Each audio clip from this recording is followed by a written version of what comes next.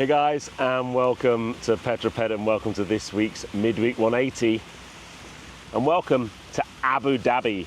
I'm out here with Nissan actually for the world premiere of the new Nissan Patrol, which happens later on today. More on that in a moment, but I thought I'd do a foreign Midweek 180. I've not done one of these for absolutely ages. If you've not seen one of these before, this is my midweek update where I bring you my news, views and information about upcoming reviews, all filmed in one take. Now then, let's get some housekeeping out of the way. I didn't do a midweek 180 last week because I had the Hyundai Santa Fe video to drop. So we're going back a couple of weeks, but leader of the pack was Francois G, joined in the Magnificent Seven by Jake Warren, Ben Higginson, Christopher James, Paul Mead, Gary Matthews and Stephen Spink. So whoever puts the first comment this week will be my leader of the pack next week, and the first 7 comments will be my Magnificent 7. Now there's lots and lots to talk about this week. I'm going to start off with the F1 from Monza.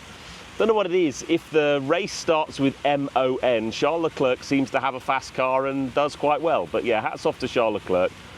Always amazing when a Ferrari wins in Italy. Incredible scenes, absolutely incredible scenes.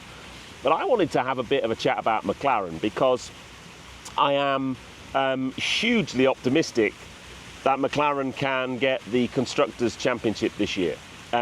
Especially they've got 2 drivers up at the pointy end every week, a car that seems really quick, and a Red Bull that seems, I don't know what they've done to it, maybe they've taken some technology that shouldn't have been on it off, and the car's not as drivable as it was, but I honestly think that if McLaren play their cards right, the Constructors' Championship is a possibility.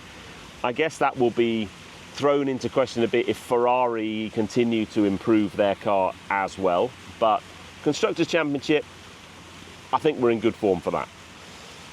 I also think that Lando Norris has a very, very good chance of winning the Drivers' Championship. I know that Max has a big lead at the moment, but Max has a major sad on. His car's not performing, and Lando is. However, and I think it is a big however, I don't know if you've seen the Will Buxton rant on YouTube. It's quite amusing.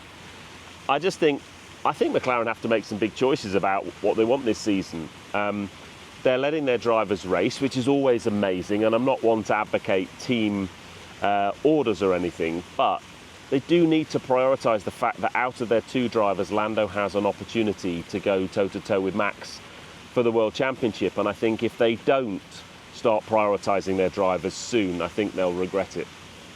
But let's keep our fingers crossed. Hope the performance gains carry on, and fingers crossed for Lando, because I honestly think he could have a stab at the World Championship this year, which would be awesome on 2 levels. 1, Lando getting the championship would be brilliant, but 2, to see the look of sadness and disappointment on Max's face would be fantastic. Now, I also want to talk Aston Martin. Aston Martin on Monday this week released the new Vanquish. And I have a couple of issues with it. I don't have an issue with it in terms of aesthetics. I think it looks like an amazing car. The rear view of it is really, really cool. And those details in the bonnet, beautiful. It's a beautiful car. My issue I have with it is it looks just like the DB12 and just like the Vantage. And I know if you go back in the kind of lineup of Astons historically, there's always been a very strong familiar line between all the different cars. The problem I've got with their 3 main cars at the moment is they all look exactly the same. I'm a car guy. I think I'm pretty good at spotting cars, but I was at an event at the weekend and I saw an Aston and I honestly wasn't sure whether it was a DB12 or a Vantage from the front. They're just so similar.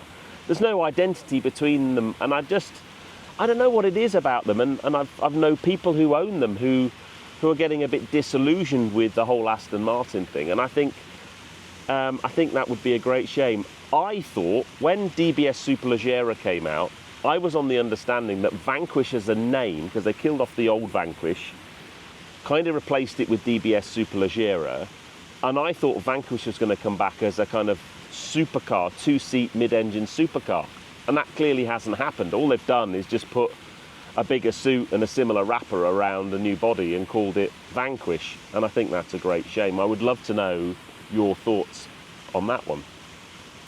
And then the last thing to chat about is why I'm out here in Abu Dhabi. It's a little bit warm, by the way. So we are, it's only early in the morning. It's about 9:30 in the morning, and already it's 36 degrees Celsius in the sunshine. And we are expecting it to be in the mid-40s by midday. Even when I arrived here last night, when it was dark at like 9 o'clock, it was still in the mid-30s. It's hot. But yeah, so Nissan Petrol gets launched this evening. They're keeping it very much under wraps. We've got a preview of it this morning, and then we're going to the full reveal later. As yet, I'm still not exactly sure what content I'm going to be able to make, but whatever I make, I hope to be able to bring that to you on Friday. So this Friday's video will be the all-new Nissan Petrol. And I guess they're launching it out here because it's such a big car in the Middle East, big figuratively speaking in terms of its scale, but also in terms of its popularity.